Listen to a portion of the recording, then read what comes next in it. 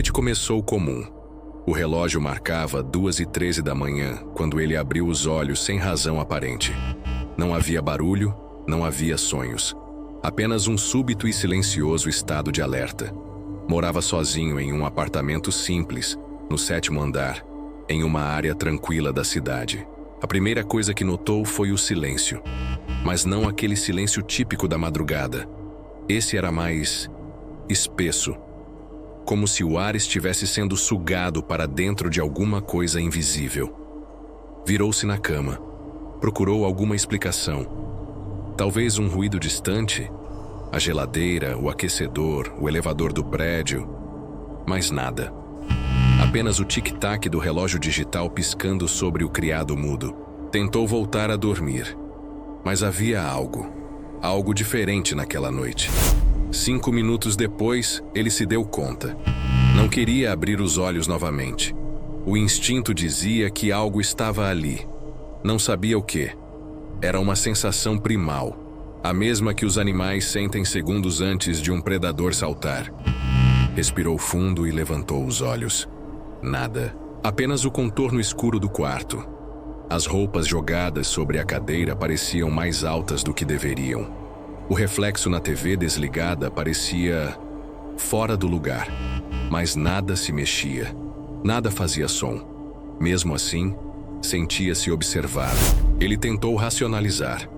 Havia lido sobre paralisia do sono, alucinações hipnagógicas, ansiedade noturna. Tudo aquilo era ciência. O cérebro tentando preencher vazios sensoriais no escuro. Era só isso. Pegou o celular para checar a hora novamente. 2h27. Nenhuma notificação. Pensou em acender a luz, mas algo dentro dele recusava.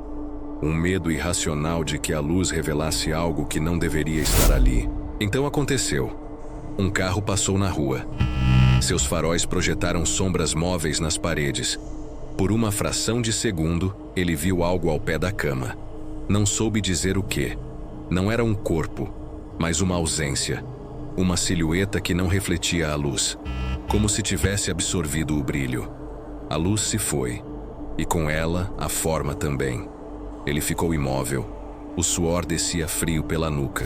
Tentou se convencer de que foi imaginação, mas a dúvida já havia se instalado. E ela crescia, lentamente, como mofo em parede úmida. Pensou em ligar a televisão. O controle remoto estava ao seu lado. Tateou no escuro, movendo-se o mínimo possível, como se qualquer movimento mais brusco fosse despertar algo adormecido ali. Encontrou o controle. Apertou o botão. Nada. Apertou de novo. Nada. A TV não ligava. Tentou o abajur. Nada. O quarto estava completamente escuro. E agora também morto. A coisa mais estranha é que ele ainda ouvia o relógio.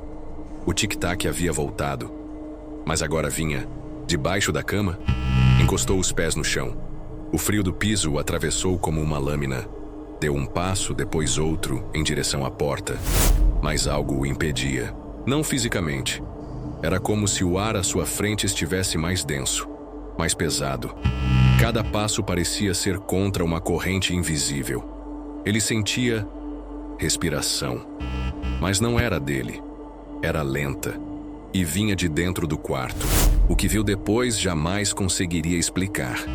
Quando seus olhos se acostumaram àquela nova escuridão, aquela que parecia viva, ele percebeu que as sombras tinham mudado. Os objetos não estavam mais no mesmo lugar. A cadeira havia se movido. A porta estava entreaberta. E onde antes havia um espelho, agora havia apenas uma parede. O layout do quarto havia mudado, como se estivesse em outro lugar. Como se estivesse sendo observado por algo que acabara de acordar com ele. Ele tentou falar, chamar por ajuda, rir da própria paranoia, qualquer som. Mas a voz não saía. Era como gritar embaixo d'água. As luzes da cidade pareciam mais distantes agora. Como se o prédio estivesse em outro lugar. Um lugar que apenas fingia ser real. E então ele viu. No reflexo da janela, porque o espelho tinha sumido, mas a janela ainda estava lá, Ele viu uma figura atrás de si, pequena, de estatura indefinida, com contornos fluidos, sem rosto, sem corpo, apenas a ideia de uma presença. Virou-se num impulso, nada, mas o reflexo ainda estava ali. O medo se instalou, não aquele que paralisa, mas o que dissolve a realidade. Aquele que te convence de que o impossível não apenas pode acontecer, como já está acontecendo. Ele caiu de joelhos.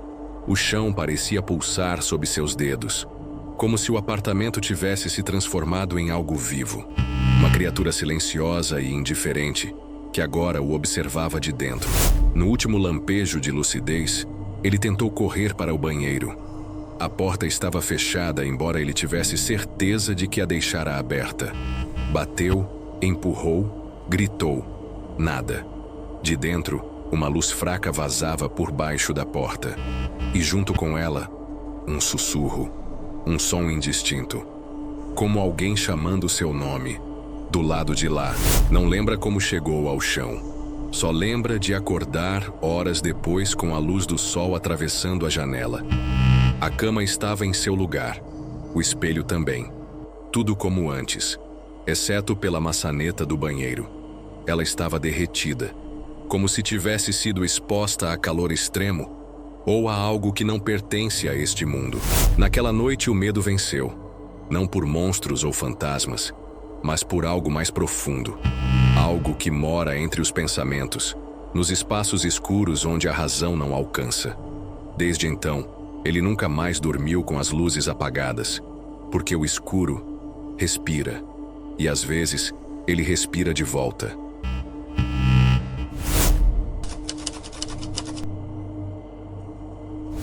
Ninguém espera receber uma ligação de um amigo desaparecido há quase 2 anos, ainda mais em pleno inverno, quando as noites duram mais que os dias.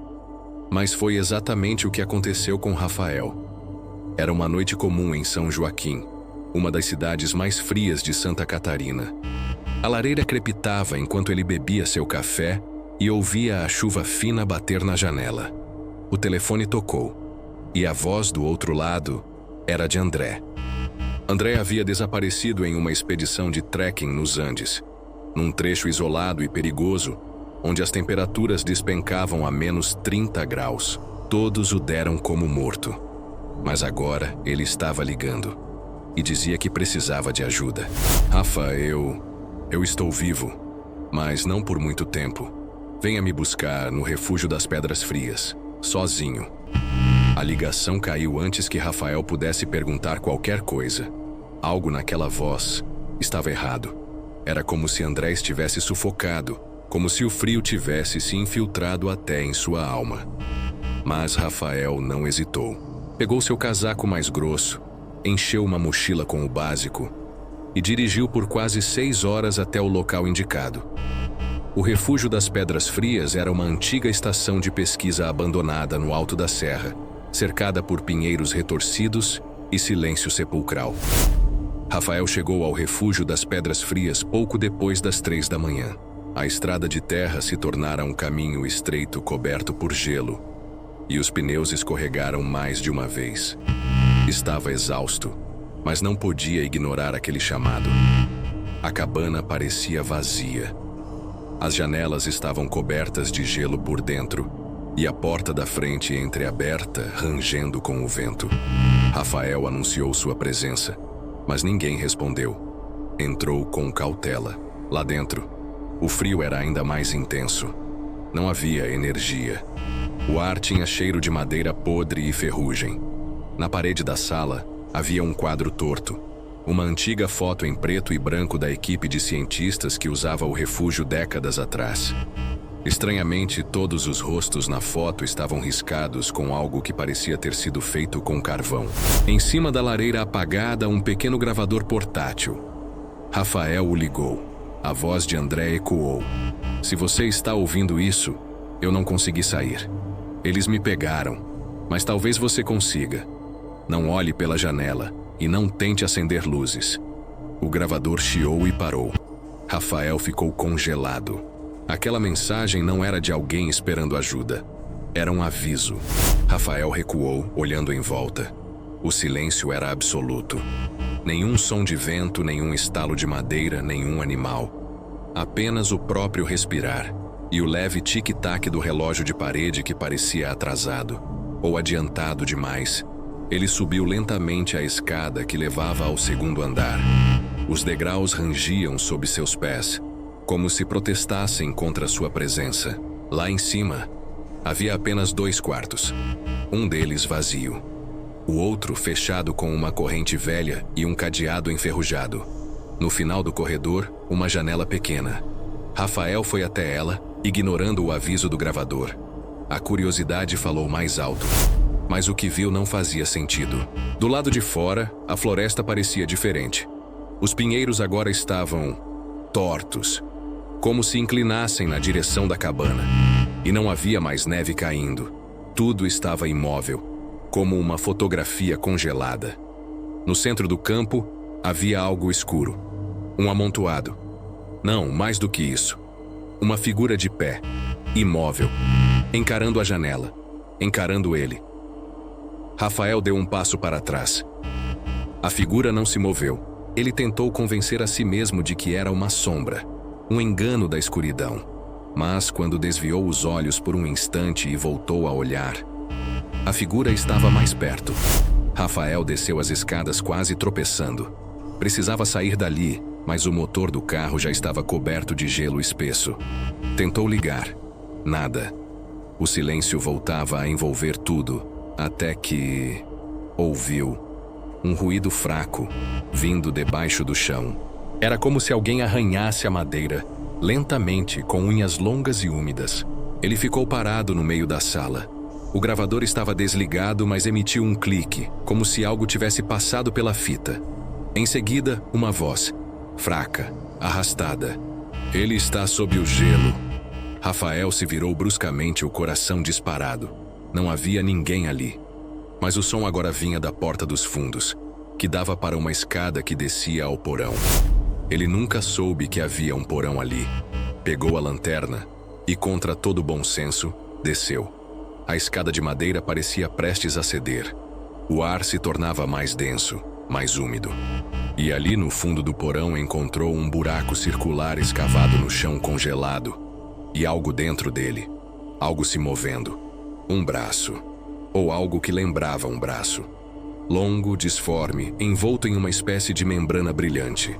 Rafael deu um passo para trás, mas escorregou.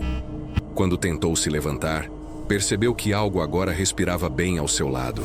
Rafael sentiu algo puxando sua perna. Não era uma dor, mas uma pressão, como se o chão de gelo quisesse engoli-lo. Ele gritou, mas o som parecia abafado, como se viesse de outro mundo. Tentou se libertar, mas a força estava além de sua compreensão. Ele não estava mais sozinho. O porão estava vivo. Lentamente, algo começou a emergir do buraco. Não um ser humano.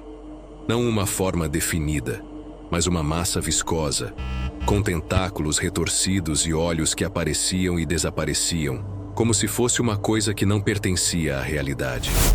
O ar gelado estava tornando-se opressor. O espaço parecia se estreitar, e a realidade, como ele conhecia, se desfazia lentamente, dissolvendo-se em algo mais primitivo, mais real. O ser, ou o que quer que fosse, se arrastava pelo gelo tentando alcançá-lo. Rafael queria gritar, mas suas cordas vocais estavam imobilizadas. Não podia mais se mover. Tudo o que restava era o olhar fixo do monstro, que se aproximava cada vez mais, como se tivesse todo o tempo do mundo. Foi então que ele percebeu que o som não vinha mais de fora, vinha de dentro de sua própria cabeça. Eu sou o que espera no frio. A frase ecoou em sua mente, não dita, mas sentida. Rafael sabia que nunca mais sairia dali. Rafael estava preso em um pesadelo. Não podia se mover. O gelo sob seus pés continuava a ceder, os tentáculos da criatura se estendendo por todo o espaço, envolvendo o que restava da sua percepção de realidade. O ser não tinha rosto, mas os olhos estavam lá, sempre presentes, sempre observando, como se seu único propósito fosse fazer Rafael entender algo. Uma verdade impossível de processar. Ele sentiu uma sensação horrível de desconexão. O espaço ao seu redor não parecia mais real. Ele não estava mais no porão, não estava mais na cabana. O mundo inteiro parecia ter se tornado uma coisa só. Um único ser que respirava, mas sem vida. O ar estava gelado, mas não frio. O gelo se misturava com o vazio. O som da respiração, ou da falta dele, era tudo o que ele ouvia. Eles sempre voltam. A voz ecoou em sua mente. A sensação de que havia algo mais atrás dele, algo observando, crescendo, se aproximando de forma inevitável, o paralisava. Ele sabia o que era. Sabia, mas não conseguia entender. Não conseguia fugir. A criatura em frente a ele começou a se transformar. O que antes era uma massa disforme agora tomava uma forma mais reconhecível, mais humana. Mas os olhos nunca mudavam. Estavam sempre ali, fixos, esperando. Ele sabia o que aquilo significava. O medo de ver aquilo. O medo de olhar mais de perto. Ele virou a cabeça. Olhou para a porta do porão. Algo lá dentro. Algo mais. A respiração atrás dele era agora mais forte. A cabana, o campo, a floresta. Tudo estava desaparecendo. Tudo estava se desintegrando. E o gelo, agora, estava absorvendo ele de volta. Ele sentia como se estivesse sendo engolido pelo frio. Quando finalmente sentiu o peso do silêncio, quando o último suspiro se dissipou, ele compreendeu o que havia acontecido. O que ele havia chamado de creature era algo que já estava ali, esperando. Era o inverno, era a escuridão, era o frio em seu estado mais puro. O verdadeiro terror estava em estar no lugar errado, na hora errada. E ele nunca teria a chance de sair dali. A última coisa que Rafael viu foi a luz da lua refletida no gelo. E os olhos da coisa, que agora eram os seus próprios olhos, se encarando no vazio.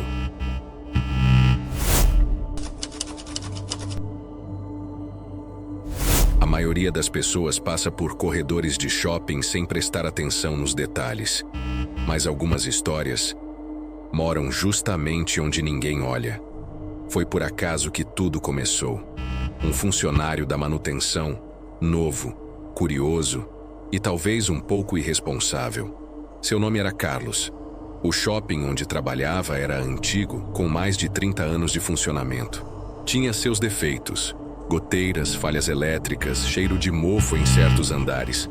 Mas nada fora do comum, pelo menos à primeira vista. Carlos gostava de explorar. Quando ficava sozinho no turno da noite, aproveitava para conhecer áreas restritas, corredores de serviço, casas de máquinas, túneis que ligavam setores. Mas numa dessas noites ele encontrou algo. Um alçapão. Estava atrás de um armário velho no fundo do depósito central. Não havia sinalização, nenhum aviso, nenhum cadeado, apenas uma maçaneta empoeirada e uma corrente solta ao lado. A curiosidade foi mais forte. Carlos abriu o alçapão. Um cheiro podre e frio subiu da escuridão. Era como se o ar debaixo da terra estivesse estagnado há décadas. Com a lanterna na mão e o rádio preso na cintura, ele desceu pela escada enferrujada. Contou 12 degraus antes de seus pés tocarem o chão de concreto. Estava em um túnel. As paredes eram revestidas por azulejos brancos, sujos e rachados. Lâmpadas fluorescentes quebradas pendiam do teto. Algumas piscavam, outras apenas balançavam com a brisa que parecia vir de lugar nenhum. E então, ele viu uma porta de ferro, fechada com trancas por fora, como se fosse feita para manter algo lá dentro. Carlos hesitou, mas apenas por um segundo. Ele destrancou a porta. Do outro lado havia uma sala larga, redonda, feita inteiramente de concreto. O teto era alto e abobadado. No centro, algo completamente fora de lugar. Uma cadeira de rodas. Estava virada para a parede, como se alguém tivesse sido deixado ali. Mas não havia ninguém, nenhum som, nenhuma pista. Até que ele ouviu um sussurro, baixo, arrastado, como se alguém pronunciasse palavras em uma língua que não era humana. Carlos se virou apressado, tropeçando nos próprios pés. A porta atrás de si estava fechada, trancada de novo. Mas ele não havia trancado. Tentou o rádio. Nada. A luz piscou. O sussurro cresceu. Agora vinha de cima.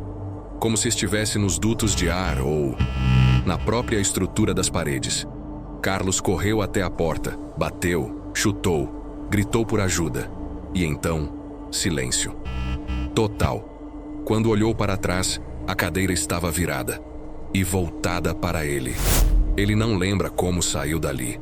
Só lembra de acordar no depósito, com o alçapão trancado sob seus pés. Pediu demissão no dia seguinte.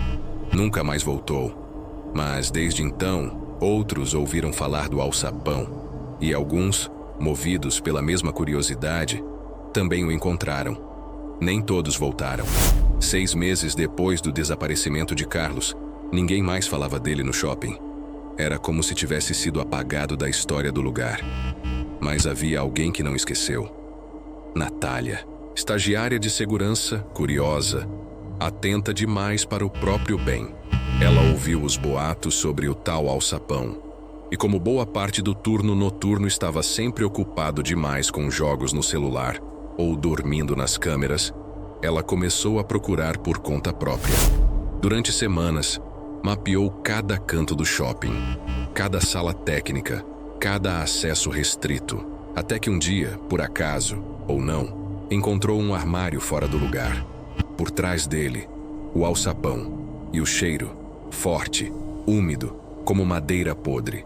Mesmo assim, ela desceu. O túnel estava exatamente como nas descrições. As lâmpadas piscando, os azulejos quebrados, o silêncio pesado. Mas havia algo novo. Pegadas, frescas, marcadas na poeira grossa, como se alguém, ou algo, tivesse passado por ali há pouco tempo. Natália seguiu o rastro. Chegou à porta de ferro, agora entreaberta. Sentiu o ar mais frio e um som úmido, como respiração misturada com líquido escorrendo. Lá dentro, a cadeira ainda estava ali, mas agora havia algo mais. Desenhos riscados nas paredes de concreto, símbolos circulares, figuras com cabeças deformadas, olhos onde não deveriam existir. Natália se aproximou lentamente. A cadeira balançou, sozinha, e ela sentiu algo soprar em seu pescoço. Um ar frio. Virou-se num impulso. Nada.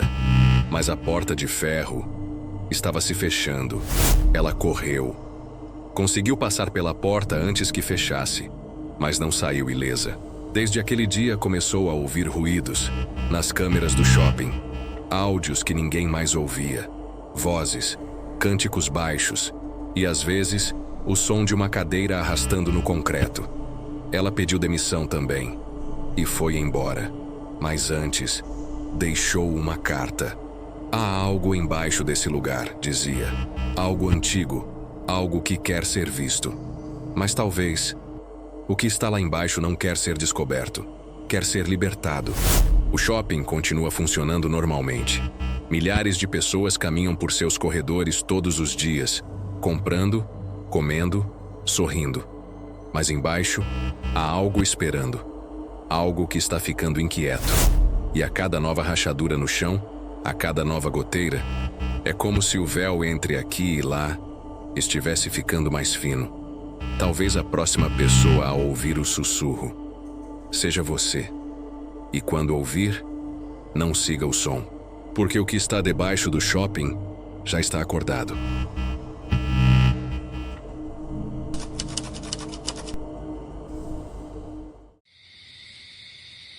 Tem coisas que a gente vê e tenta esquecer. Tem outras que a gente nem consegue contar porque parece loucura. E tem aquelas que a gente guarda até o dia em que sente que vai enlouquecer se não contar para alguém. O que aconteceu comigo é isso. Antes de qualquer coisa, quero deixar claro, eu não sou maluco. Não uso drogas. Nunca fui dado à alucinação. E se alguém tentar me desmentir, que vá até lá. Que vá até aquela trilha e tente entender o que sobrou. Mas vá sabendo que você pode não voltar igual. Tudo começou há 4 anos. Eu tinha 17 e na época passava uns dias com meu primo em uma cidadezinha no interior do Paraná, perto de uma reserva florestal que a gente chamava só de Mata da Fazenda Velha. Era verão, fim de tarde, e o calor dava lugar àquela brisa abafada que vem com os temporais. A gente estava entediado, sem celular, lá não pegava direito. E alguém, claro, tinha que ser o Mateus, teve a ideia genial de acampar na tal trilha abandonada da fazenda. Dizem que se tu for até o final dela e gritar "eu vejo você", o bicho aparece. A gente riu mesmo. E isso foi parte do problema, porque ninguém leva a sério essas histórias, até levar. A tal Trilha dos Fundos, como alguns locais chamavam, começava depois de um antigo galpão de madeira caindo aos pedaços, coberto de musgo. Diziam que ali era a entrada da antiga estrada da fazenda que funcionava até os anos 60, quando um incêndio destruiu tudo e a área virou mata fechada.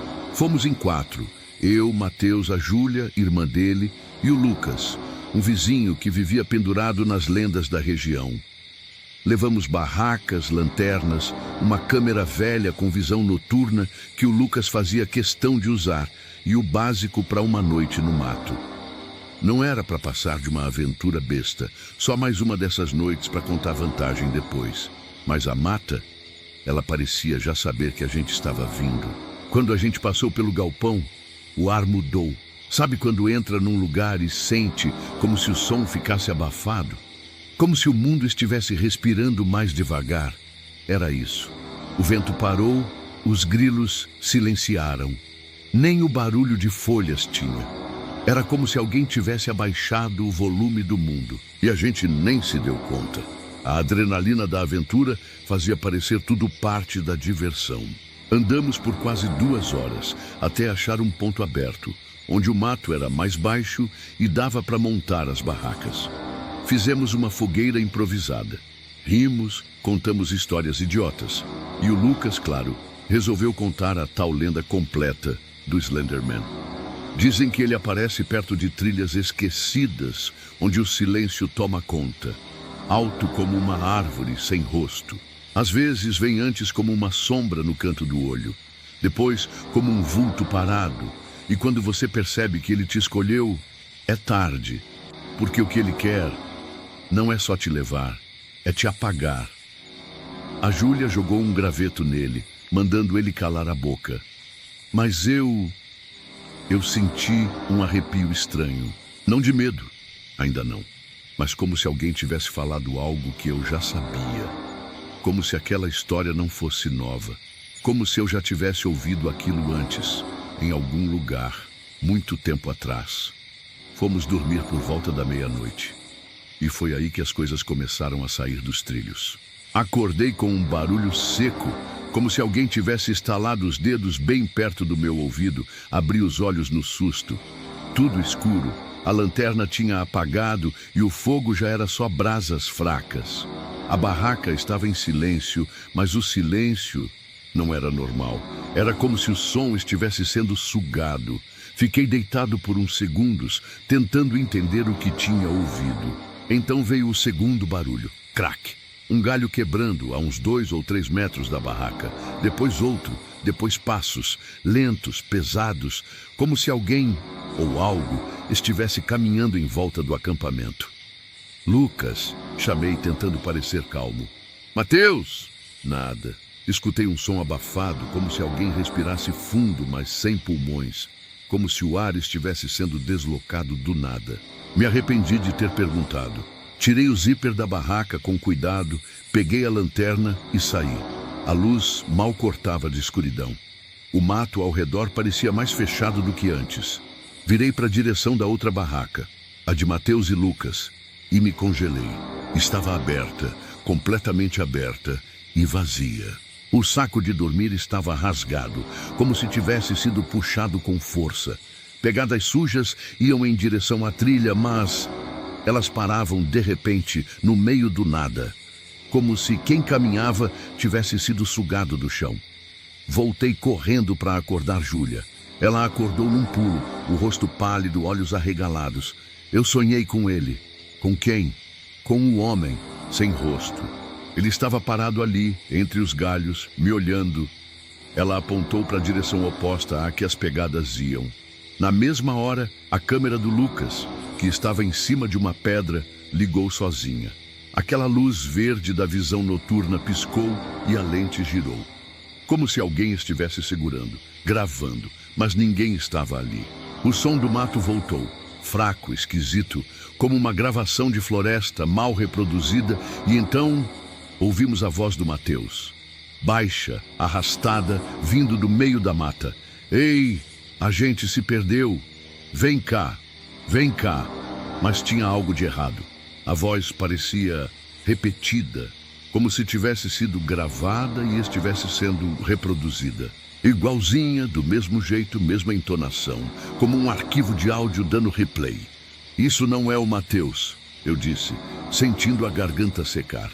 Júlia só balançava a cabeça, os olhos cheios d'água. A voz continuava vindo do mato, idêntica, fria. Vem cá, vem cá. Mas não tinha passo. Não tinha movimento entre as folhas, só aquela repetição bizarra, como se algo estivesse imitando ele. Tentamos sair dali. Pegamos as mochilas, lanternas e corremos pela trilha de volta. Mas tinha alguma coisa errada com o caminho. A vegetação parecia diferente. As árvores pareciam maiores, os galhos mais fechados. Corremos por quase 20 minutos e voltamos para o mesmo ponto do acampamento.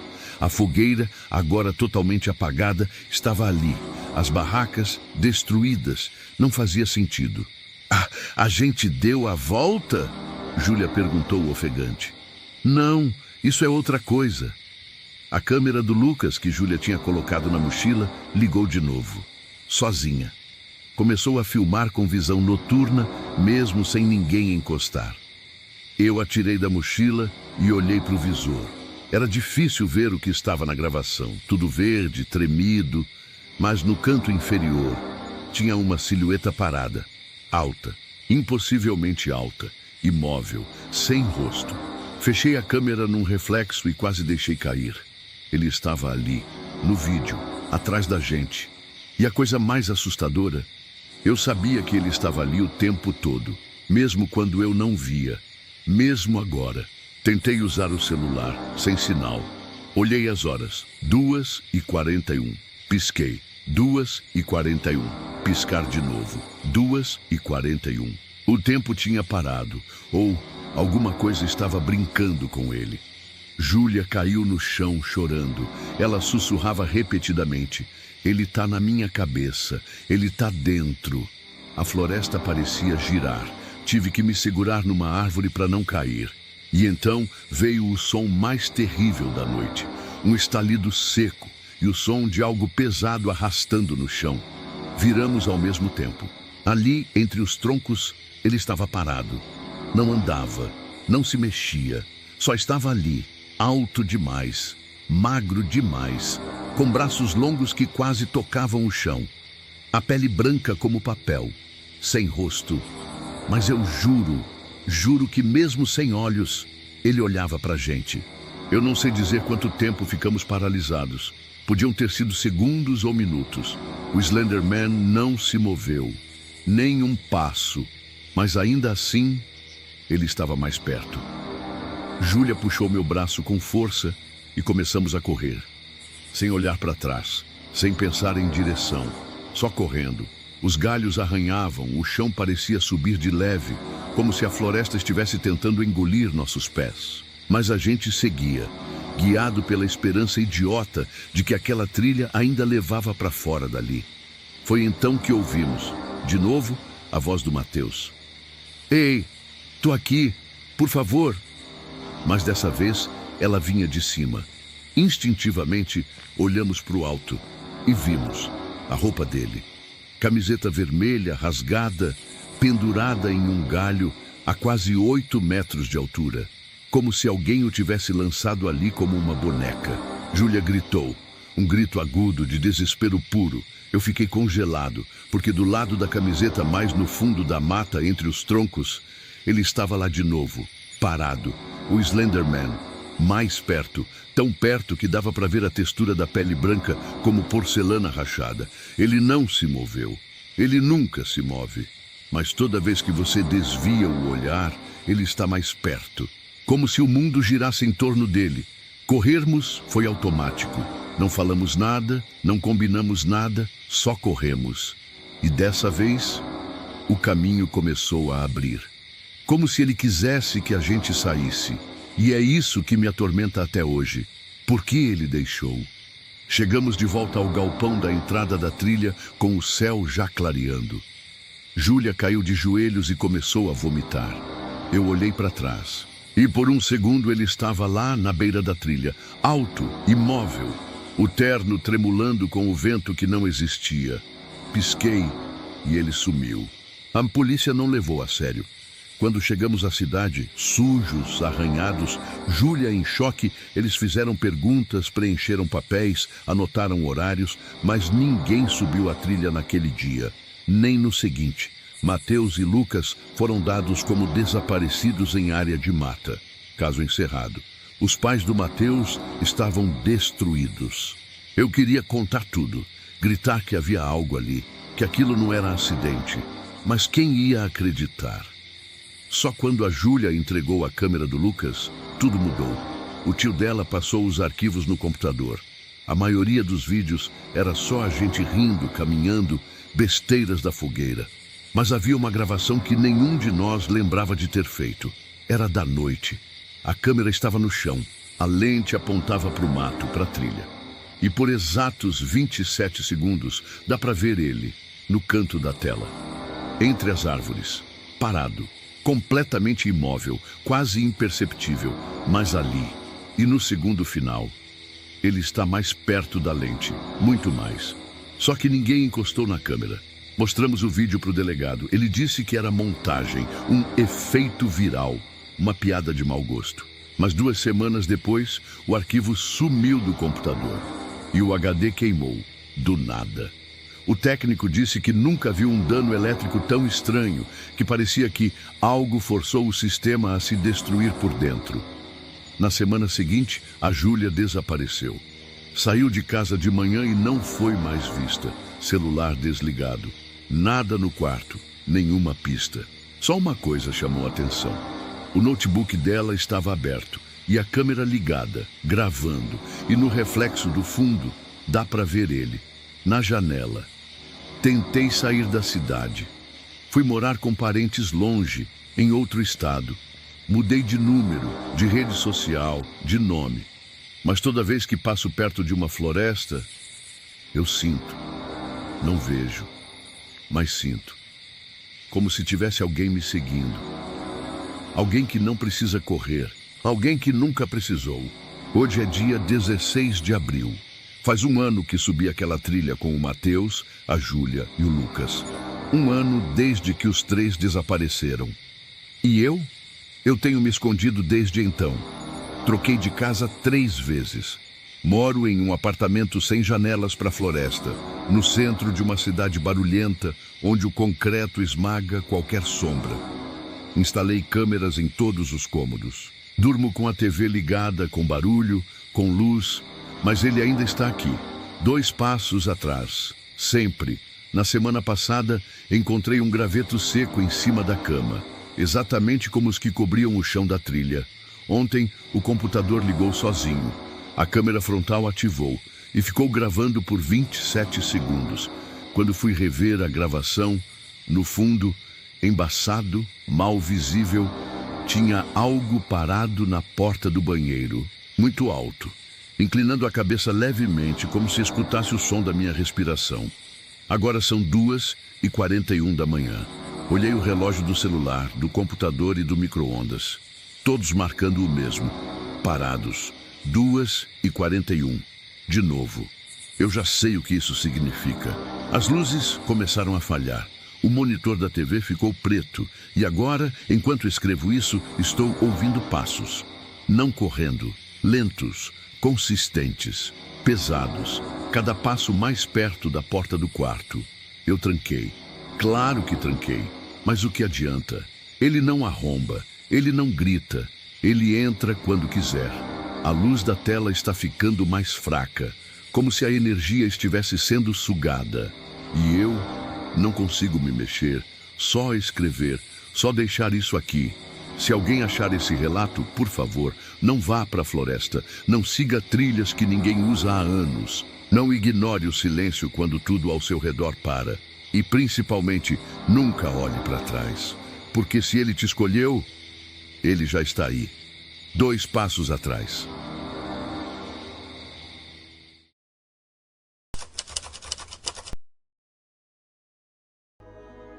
Lucas nunca quis voltar, nem pela herança, nem pela promessa de paz que o velho sítio poderia oferecer. Mas quando o advogado ligou dizendo que tudo estava resolvido, escritura, impostos, testamento, ele sentiu aquela força invisível que o puxava, como dedos enterrados em sua espinha, arrastando-o de volta para a terra onde nascera e fugira. O sítio velho era isolado, cercado por milharais eternos e bosques que pareciam devorar a luz. Durante a infância, o silêncio daquele lugar pesava sobre seus ombros como um casaco molhado. E agora, ao descer do ônibus improvisado na estrada de barro, sentiu que aquele silêncio continuava ali, esperando por ele. Ele caminhou até a casa. A madeira da varanda rangia como se reclamasse sua presença. Tudo estava como ele lembrava, exceto o espantalho. No meio do milharal, erguia-se a figura torta de palha, trapos escuros colados ao corpo esquelético e o rosto não era o mesmo. Antes era só um saco de estopa com olhos de botão. Agora, o rosto era uma máscara de couro endurecido, marcada por símbolos estranhos como queimaduras em carne viva. E os olhos eram fundos pretos como breu e pareciam olhar direto para ele. Lucas desviou o olhar. Só um espantalho, só um boneco num campo. Mas ao virar de costas, teve certeza. Ele tinha ouvido um estalo leve, como o som de palha se mexendo. A casa tinha cheiro de madeira molhada e coisa antiga. Era como entrar num corpo morto que ainda guardava o calor da alma. Lucas abriu janelas, espantou morcegos, limpou a poeira de móveis que pareciam ossos cobertos por pele seca. Mas havia um quarto que ele não lembrava. Porta de madeira preta, tranca de ferro, sem maçaneta. Na parede ao lado, símbolos riscados com carvão, espirais, olhos, garras. Quando passou o dedo por cima, sentiu um arrepio que percorreu seu corpo como uma língua gelada. Tentou abrir, a porta não cedia, tentou esquecer. Na primeira noite, os sonhos vieram. Ele se via no campo, nu, ajoelhado diante do espantalho, mas o espantalho não era mais um boneco. Era um homem feito de carne e palha, de músculos que rangiam como cordas torcidas. Seus olhos eram crateras negras, e quando tocava Lucas, algo dentro dele se retorcia. Não era medo, era desejo. Um desejo monstruoso, proibido, como lamber sangue de uma ferida aberta. Ele acordou ofegante, coberto de suor e de palha. Nos dias seguintes, os sinais pioraram. Coceiras, fibras brotando da pele, primeiramente no peito, depois nos braços, como se algo quisesse brotar de dentro. Lucas arrancava com unhas trêmulas aqueles fiapos de palha, mas sempre voltavam. Cresciam mais fortes. Na cozinha viu vultos pelo canto do olho. O espelho do banheiro mostrava um reflexo ligeiramente atrasado, como se a imagem estivesse pensando antes de imitá-lo. E o milharal estava diferente. As espigas estavam inchadas, como se tivessem pulsos, como se respirassem. Ele decidiu sair da propriedade, mas o carro não ligava, o celular estava morto. Nenhuma alma passava pela estrada. Desesperado, correu até o portão de madeira. Encontrou o que restava da cerca, estacas quebradas, cipós secos. E uma coisa pendurada ali. Era o corpo de um homem, ou o que sobrou dele. O peito estava aberto, como uma flor podre, e de dentro saíam fiapos de palha misturados a vísceras. Nos olhos do cadáver, pedaços de milho. Na boca, costurada com arame, ele jurou ver um sorriso.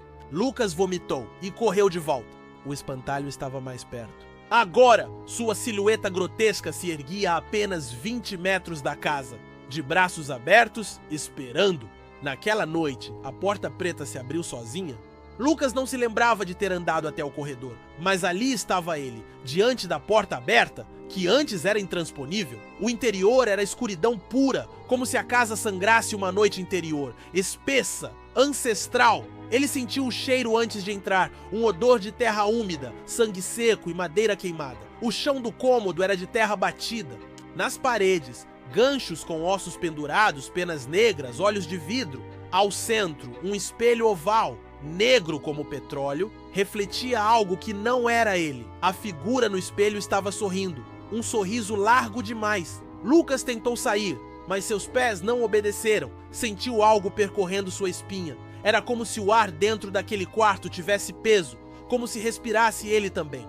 Você voltou, disse uma voz, mas não vinha de canto algum. Soava dentro da mente como uma lembrança que não era sua. O espelho escureceu e algo passou por ele. Um vulto, um ser feito de palha, sim, mas viva.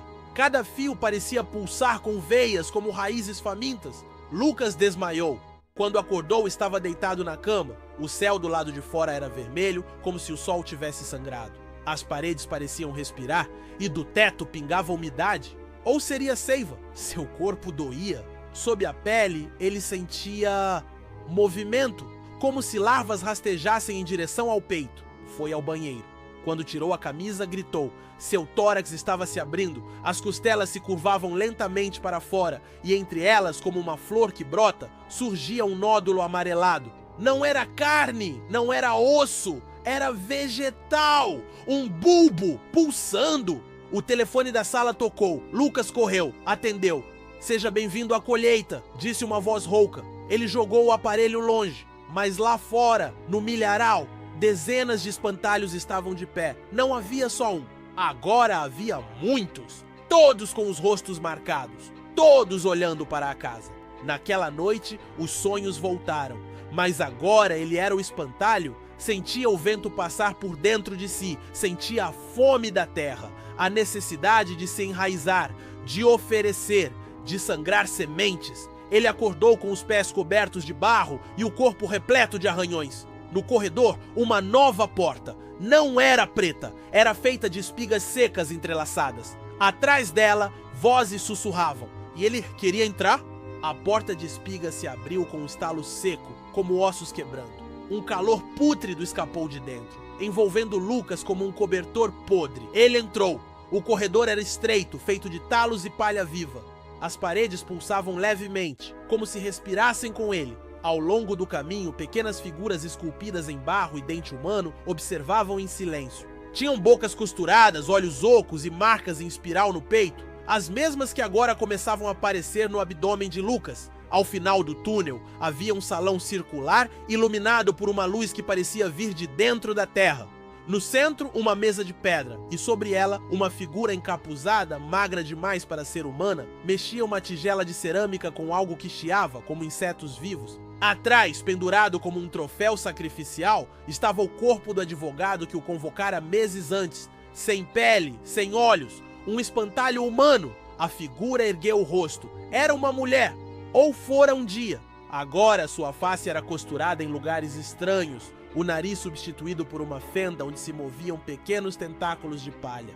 O solo te reconhece, Lucas. Sua voz era uma mistura de grito abafado e canto antigo. O sangue em ti é velho, mais velho que as cercas, mais antigo que a casa. Você é o último. Último o quê? Lucas sussurrou, sentindo as palmas suarem, mesmo que estivessem cobertas de cascas secas como casulo. O último ramo da semente original. A linhagem de quem selou o acordo. A carne que deve brotar para que o Deus da colheita renasça. Lucas tentou correr, mas seus pés afundaram no chão. O solo o sugava devagar, como se o amasse. Você pensa que fugiu, mas nunca saiu. O espantalho? Ela sorriu. Ele é o guardião, o amante, o ceifador. Você nasceu sob sua sombra e agora voltará para ela. As paredes da sala começaram a se fechar e a mulher mergulhou as mãos na tigela. Tirou de lá uma criatura minúscula, uma larva albina com dentes humanos e olhos de espantalho. Caminhou até Lucas e enfiou aquilo em sua boca. Mesmo com ele gritando, lutando, sufocando, quando acordou, estava em seu quarto. Mas a cama era feita de palha e o teto da casa agora era céu aberto. O milharal se erguia ao seu redor. Ele não lembrava de caminhar até lá, mas sentia a terra embaixo como se fosse parte dele. Seu peito ardia. O bulbo agora era uma flor de carne e espiga. Batia como um segundo coração. Um homem saiu do milharal. Mas ele não andava. Flutuava. Seus pés jamais tocavam o chão. Era o espantalho, mas mais inteiro, perfeito, sem costuras visíveis, sem trapos. Agora era algo completo e sua boca abriu. É hora da colheita. Lucas tentou fugir, mas o milharal se fechou atrás. Fileiras de espigas se moviam como membros, e das folhas, mãos surgiam. Rostos, ossos, sussurros que diziam seu nome como se fosse uma prece suja. Ele correu até encontrar a antiga casa da infância, a original. A que queimou quando ele tinha 10 anos, mas ela estava intacta. E na varanda, seus pais, sentados, sem olhos, com bocas de costura e corpos repletos de palha crescendo pelos poros. Eles se levantaram lentamente e abriram os braços. Do peito da mãe saiu uma espiga com dentes. Do pai saiu uma língua de raiz. Lucas gritou, caiu de joelhos, e o chão o recebeu como um útero. Lucas não caiu, ele foi semeado. Seu corpo atravessou a terra como se ela o conhecesse, abrindo espaço entre vermes, raízes e ossos antigos que ainda respiravam em silêncio. A escuridão era densa, mas não cega. Nela pulsavam cores que jamais existiram fora daquele solo. Tons de medo, de carne em transfiguração, de memória apodrecida. Ele afundou por um tempo impossível de medir, até ser cuspido em um espaço amplo, onde o teto era feito de raízes suspensas como entranhas, e o chão era uma mistura de terra molhada, carne e palha viva. Um altar crescia ali, não construído, mas cultivado. Em cima dele, Lucas viu seu próprio corpo, ou algo que usava sua forma. A pele era mais pálida, o peito aberto, revelando uma espiga pulsante onde antes havia um coração. Você é 2 agora, disse uma voz gutural vinda de todos os lados. A semente e o espantalho, o sacrifício e o guardião. Você precisa escolher. Diante dele surgiram 2 caminhos. Um, iluminado por chamas verdes e gritos distantes. O outro, coberto por uma névoa vermelha e cantos em uma língua esquecida. Antes que pudesse decidir, mãos brotaram da terra e o arrastaram por um dos caminhos. O que viu adiante era a verdade, crua, a origem. Viu seus ancestrais reunidos num círculo sob a lua cheia, cercados de espantalhos vivos. O ritual acontecia todo século. Um dos filhos do sangue seria semeado. Em troca, a colheita seria eterna, o solo fértil, a morte adiada. Viu o primeiro espantalho nascer, não de trapos, mas de carne condenada. Viu a mulher de antes, jovem, oferecendo seu útero como vaso para o deus Palha, e viu a si mesmo em todas as gerações. O mesmo rosto, o mesmo olhar, sempre o escolhido. Acordou de novo, mas não em seu corpo. Estava dentro do espantalho, sentia as fibras tensionadas, o crânio leve, o sangue transformado em seiva. Agora você entende, sussurrou a mulher surgindo à sua frente. Você não pode fugir do que é plantado. Você germinou. Ela tocou o peito dele e puxou uma espiga negra, banhada em um líquido que não era seiva nem sangue. Ela a ergueu aos céus e murmurou palavras que soaram como fungos crescendo. O céu se rasgou. Não em nuvens, mas em carne. O mundo acima se abriu como uma ferida cósmica. De dentro, algo olhou. Uma consciência faminta, milenar. Suas pupilas eram campos devastados e seus dentes mastigavam orações esquecidas. O Deus da colheita havia despertado. E Lucas agora era sua oferenda viva. O espantalho que ele se tornara foi crucificado entre 2 árvores que gritavam. Pendurado por veias transformadas em raízes, ele observava a aldeia mais próxima apodrecer à distância. Pessoas começavam a enlouquecer, comer terra, sacrificar animais, fazer bonecos de palha e alimentá-los com carne humana. Tudo começava de novo. E Lucas ria, não com sua boca, mas com todas as folhas do milharal. Lucas não sabia mais onde começava ou terminava. O espantalho que ele se tornara era apenas um de muitos, mas o único que ainda carregava lembrança, vontade e horror. A consciência dele flutuava como fumaça dentro do campo, tocando cada folha, cada raiz. Ele era o campo agora, e o campo era o altar vivo. O Deus da colheita, aquela presença acima do céu, permanecia com um olho aberto. Um olho que sangrava milharais, que chorava enxames, que piscava e criava doenças e fertilidade na mesma respiração. Enquanto isso, os aldeões dançavam, Crianças cantavam com línguas de palha, mulheres gestavam criaturas cheias de sementes em vez de ossos, e os velhos, quando morriam, eram enterrados de cabeça para baixo, para que suas almas alimentassem o solo. Lucas via tudo, sentia o tempo dobrar, o sol nascer 3 vezes no mesmo dia, as estações trocarem de ordem, e mesmo com todo esse caos cósmico, algo dentro dele ainda gritava por humanidade. Ele tentou resistir, tentar se lembrar do som da cidade, do gosto do café, da risada de alguém que o amava. Mas as memórias vinham como palha queimada, quebradiça, sem valor. Na noite em que o novo escolhido nasceu, Lucas entendeu. Era um menino, tinha seus olhos, tinha o mesmo sinal de nascença no ombro, o mesmo nome, Lucas. A mulher do milharal, agora imensa, feita de carne e raízes, ergueu a criança diante do campo, e os espantalhos ao redor tremeram em adoração. Uma nova linhagem estava sendo plantada, e o antigo Lucas, crucificado entre as árvores vivas, chorou, não com água, mas com seiva escura que alimentou os vermes da terra. Ele percebeu que a maldição não era castigo, era ciclo. Cada geração germinava a próxima, cada alma alimentava o solo. O Deus da colheita não exigia adoração, ele exigia continuidade. A última coisa que Lucas viu antes de ser completamente absorvido foi a criança sorrindo para ele, um sorriso de palha, um sorriso antigo. Então, o céu se fechou, o campo se calou, e o espantalho no centro do sítio velho inclinou levemente a cabeça, como se ouvisse algo vindo do futuro, algo nascendo, algo sedento.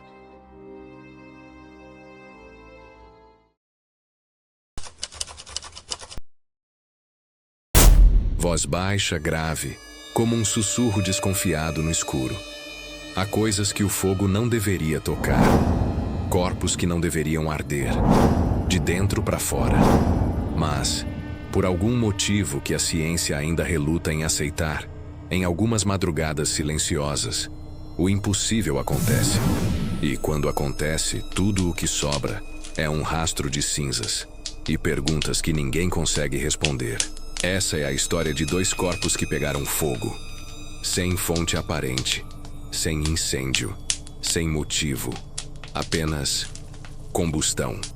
A primeira vítima foi um homem, um veterano da Segunda Guerra Mundial, um sujeito duro que sobreviveu a bombardeios, doenças e ao frio das trincheiras. Mas não sobreviveu ao calor que veio de dentro dele mesmo. O nome dele era John Bentley. Tinha 92 anos e vivia sozinho em sua casa em Caldersport, na Pensilvânia. Uma cidade pequena, cercada por florestas e um silêncio quase respeitoso. Era um lugar onde nada extraordinário acontecia, até aquele dia.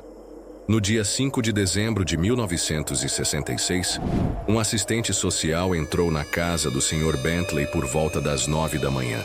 Ele tinha a chave. Era rotina checar se o velho estava bem. Mas o que encontrou não se pareceu em nada com rotina. No banheiro, havia um buraco negro no chão, literalmente, como se algo tivesse derretido o piso.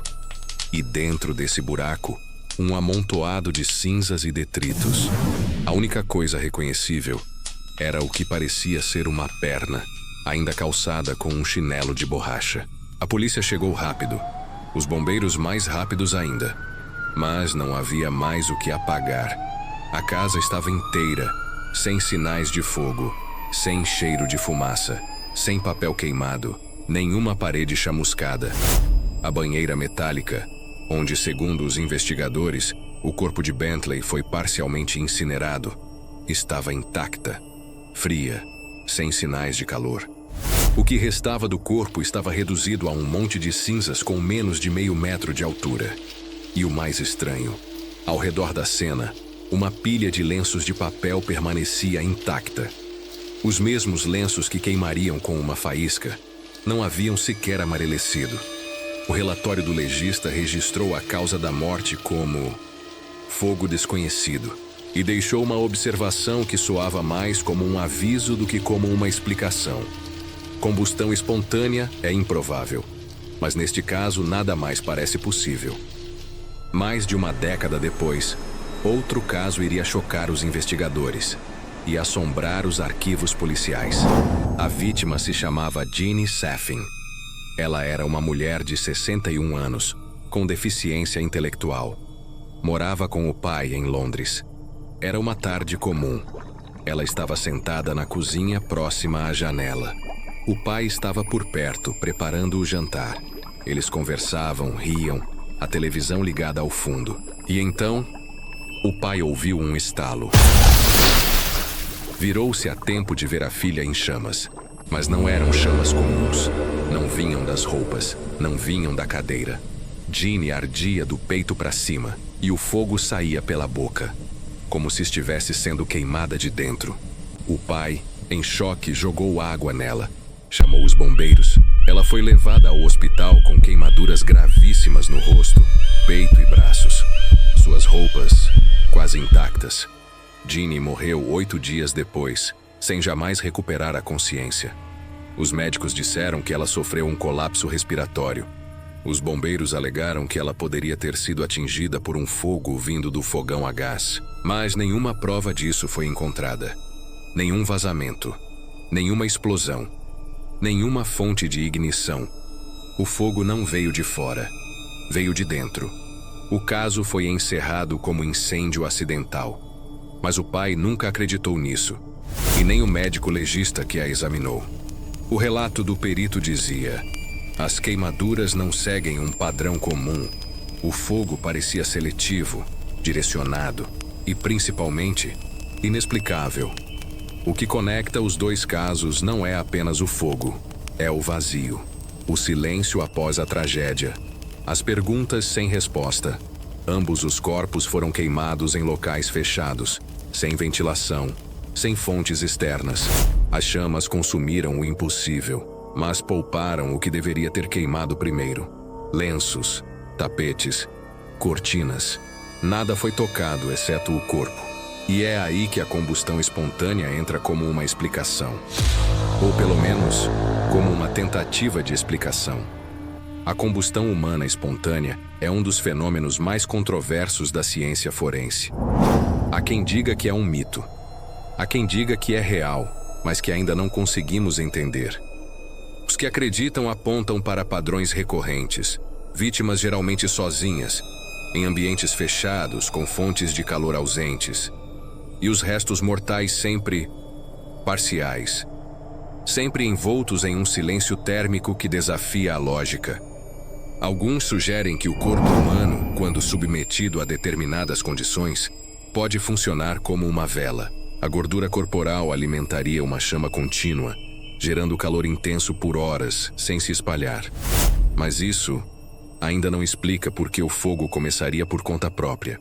Teorias surgem, sempre surgem, algumas mais sombrias do que outras. Há os que dizem que certas pessoas carregam dentro de si uma energia errada, uma distorção, algo adormecido que pode despertar sob estresse, depressão ou raiva. Outros afirmam que há entidades invisíveis que se alimentam de energia vital, espíritos que provocam a combustão para extrair algo que não podemos ver. E há ainda aqueles que acreditam que o fogo é um tipo de julgamento, um ritual antigo, uma punição que vem de dentro, para os que escondem algo sombrio. O medo da combustão espontânea não está no fogo, está no momento anterior, no segundo em que tudo ainda está normal, antes do calor, antes da fumaça, antes de você perceber que há algo errado. Imagine estar sozinho, à noite, o quarto silencioso. De repente, uma tontura, um calor no estômago. Você tenta se levantar, mas os músculos não respondem. O calor aumenta, seus olhos queimam. Você grita, mas sua voz é engolida por algo maior. E então, tudo o que resta é silêncio. Casos semelhantes continuam sendo registrados, em cidades pequenas, em lares tranquilos. As notícias quase nunca ganham destaque. São abafadas, enterradas sob explicações rasas. Mas as imagens continuam surgindo. Fotos de salas intactas com manchas de fuligem. Relatórios forenses sem respostas. Vizinhos que dizem ter sentido um cheiro de carne queimada vindo do nada. O fogo está lá, silencioso, oculto, esperando. O verdadeiro horror da combustão espontânea não está nas cinzas. Está no fato de que ninguém está seguro. Não há como prever. Não há como escapar. Não há como impedir. E talvez o mais perturbador seja a possibilidade de que o fogo não venha de um acidente, mas de algo muito mais antigo. Algo que vive dentro da gente. Algo que um dia, sem aviso, decide acender.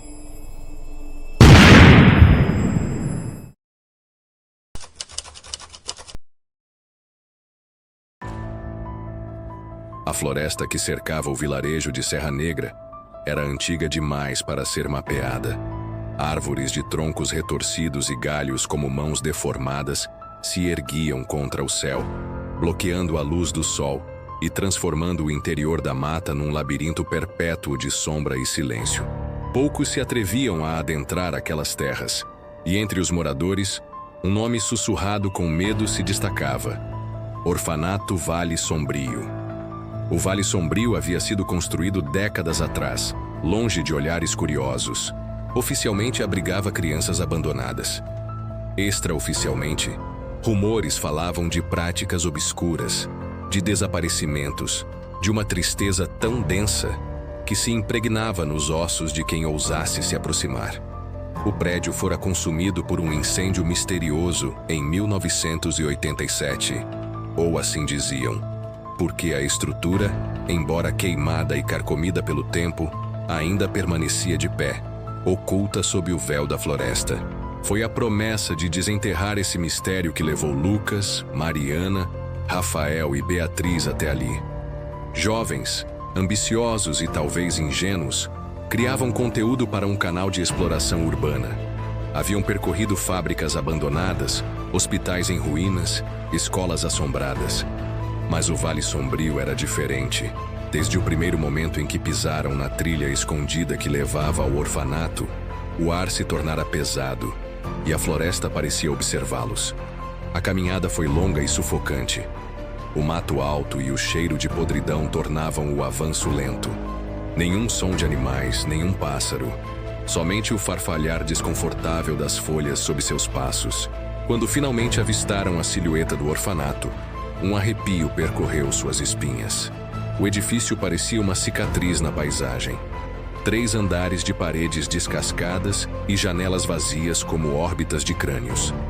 Portas pendiam de dobradiças enferrujadas. No pátio, brinquedos quebrados juncavam o chão. Um balanço que rangia sem vento. Um cavalinho de madeira rachado ao meio. Uma bola murcha perdida entre os arbustos. Com lanternas em punho, atravessaram o pátio. Dentro, a atmosfera era ainda pior. O cheiro de mofo, de cinzas e de algo mais, algo podre, impregnava o ar. Nas paredes, desenhos infantis borrados e grotescos pareciam retratar cenas de dor e desespero. Exploraram a ala administrativa primeiro. Salas de aula devastadas, dormitórios cobertos de poeira e bichos mortos. Em uma das salas encontraram uma foto de turma antiga. Crianças alinhadas, todas pálidas, olhando fixamente para a câmera com expressões vazias. Nenhum sorriso, nenhum brilho nos olhos. E atrás delas, 3 adultos de roupas escuras, rostos borrados como se o próprio papel se recusasse a preservá-los. Conforme avançavam, a tensão entre eles aumentava. Sussurros ecoavam por corredores vazios. Portas que haviam passado fechadas agora batiam abertas. Mariana dizia sentir mãos invisíveis puxando suas roupas. Beatriz jurava ter visto uma criança correndo pelo canto do olho. Rafael tentava manter o grupo unido, rindo nervosamente. Mas Lucas sabia que algo naquele lugar estava errado em um nível que palavras não conseguiam descrever. No segundo andar, encontraram uma biblioteca em ruínas. Livros queimados, alguns ainda legíveis, falavam de rituais de purificação, possessão e ascensão das almas puras. Atrás de uma estante caída, Lucas encontrou um alçapão que levava ao porão. Contra o bom senso, decidiram descer. O porão era ainda mais opressivo. As paredes de pedra exalavam frio e umidade. No centro, uma estranha capela improvisada. Um altar coberto de velas gastas, símbolos antigos gravados no chão. No altar, repousava uma boneca de pano grotesca, com olhos costurados e a boca aberta num sorriso costurado e sinistro. Instintivamente sabiam que não deveriam tocar em nada, mas Beatriz, talvez movida por uma força invisível, cruzou o círculo desenhado no chão e tocou a boneca. O chão vibrou sob seus pés. As velas acesas se apagaram numa explosão de vento gelado. E então, o pior aconteceu. Beatriz gritou. Um som que parecia rasgar o tecido da realidade e simplesmente desapareceu diante dos olhos dos amigos. A escuridão fechou-se ao redor e sussurros começaram a preencher o ar, vindo de todas as direções. Vozes infantis, choros, risadas distorcidas. O pânico os dominou. Lucas, Mariana e Rafael correram pelos corredores, chamando por Beatriz. Mas cada porta que abriam revelava apenas novos horrores. Quartos onde os móveis se moviam sozinhos, espelhos que refletiam rostos que não eram os deles, sombras que os seguiam. Na enfermaria, encontraram algo ainda pior. Uma fila de pequenas camas com cintos de contenção, todas vazias, exceto uma. Deitada ali, estava Beatriz. Seus olhos estavam abertos, mas vazios. Sua boca murmurava algo sem parar. Um cântico num idioma esquecido. Mariana tentou alcançá-la, mas assim que tocou em sua mão, foi lançada para trás com violência. Rafael correu para ajudá-la, mas então a sala inteira pareceu girar. As paredes gotejavam um líquido escuro. As camas arrastavam-se pelo chão como se movidas por mãos invisíveis. Com um esforço desesperado, conseguiram sair da enfermaria. Mas Rafael não foi rápido o suficiente. Uma sombra em forma de criança agarrou sua perna e o arrastou para dentro da escuridão. Seus gritos sendo abafados até desaparecerem completamente. Restavam apenas Lucas e Mariana. Exaustos, feridos e apavorados, decidiram buscar a saída. Mas as escadas que levavam ao andar térreo haviam desaparecido. O prédio havia mudado, como um organismo vivo moldando-se para prendê-los. Forçados a seguir por corredores cada vez mais distorcidos, tropeçaram numa sala de teatro. No palco, fantoches pendiam de fios podres, encenando uma peça silenciosa e macabra. Em meio aos bonecos, corpos de crianças reais, preservados de maneira antinatural, com olhos costurados, balançavam levemente, como se ainda estivessem vivos. Lucas mal conseguiu conter o vômito. Mariana chorava em silêncio, os olhos arregalados de terror. No fundo da sala, uma porta entreaberta emitia uma fraca luz vermelha. Sem opções, avançaram.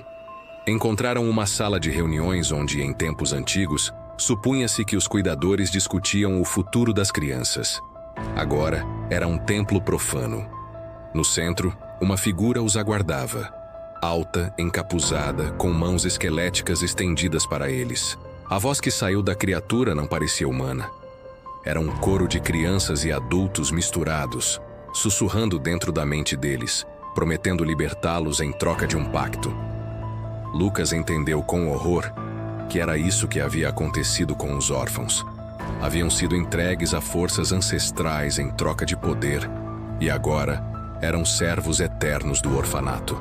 Recusando-se a se curvar, Lucas segurou Mariana pela mão e correu. A criatura gritou, um som que fez as paredes tremerem. O orfanato inteiro começou a ruir. Pedaços de teto caíam. O chão rachava. Atravessaram corredores que mudavam diante de seus olhos, enfrentando ilusões horríveis. Familiares mortos, amigos suplicando por ajuda, versões distorcidas de si mesmos. Quando a última porta surgiu diante deles, o portão de entrada miraculosamente aberto, Lucas empurrou Mariana primeiro. Antes que pudesse seguir, sentiu mãos invisíveis agarrando seus tornozelos, tentando puxá-lo de volta. Com um último grito de esforço, jogou-se para fora. O mundo exterior os recebeu com um silêncio sepulcral. Atrás deles, o vale sombrio desaparecia nas sombras da floresta como se nunca tivesse existido. Mariana desmaiou. Lucas caiu de joelhos, chorando. Dias depois, em segurança, tentaram contar sua história. Ninguém acreditou. Para a polícia não havia orfanato algum. A trilha que haviam seguido simplesmente terminava em mata fechada. Mariana nunca se recuperou completamente. Às vezes falava sozinha, em vozes que não eram dela. Às vezes desaparecia por horas, voltando suja e ferida, sem lembrar onde estivera.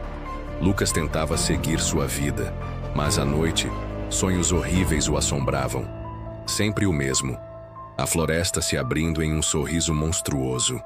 O orfanato de pé esperando. Chamando. Porque certos lugares não apenas guardam segredos, eles guardam dívidas. E quando você pisa em solo amaldiçoado, você pertence a ele. Sempre. Em algum lugar entre as árvores escuras de Serra Negra, o orfanato Vale Sombrio ainda está lá, esperando por mais crianças, por mais almas. E ninguém, absolutamente ninguém, sai de lá da mesma forma que entrou.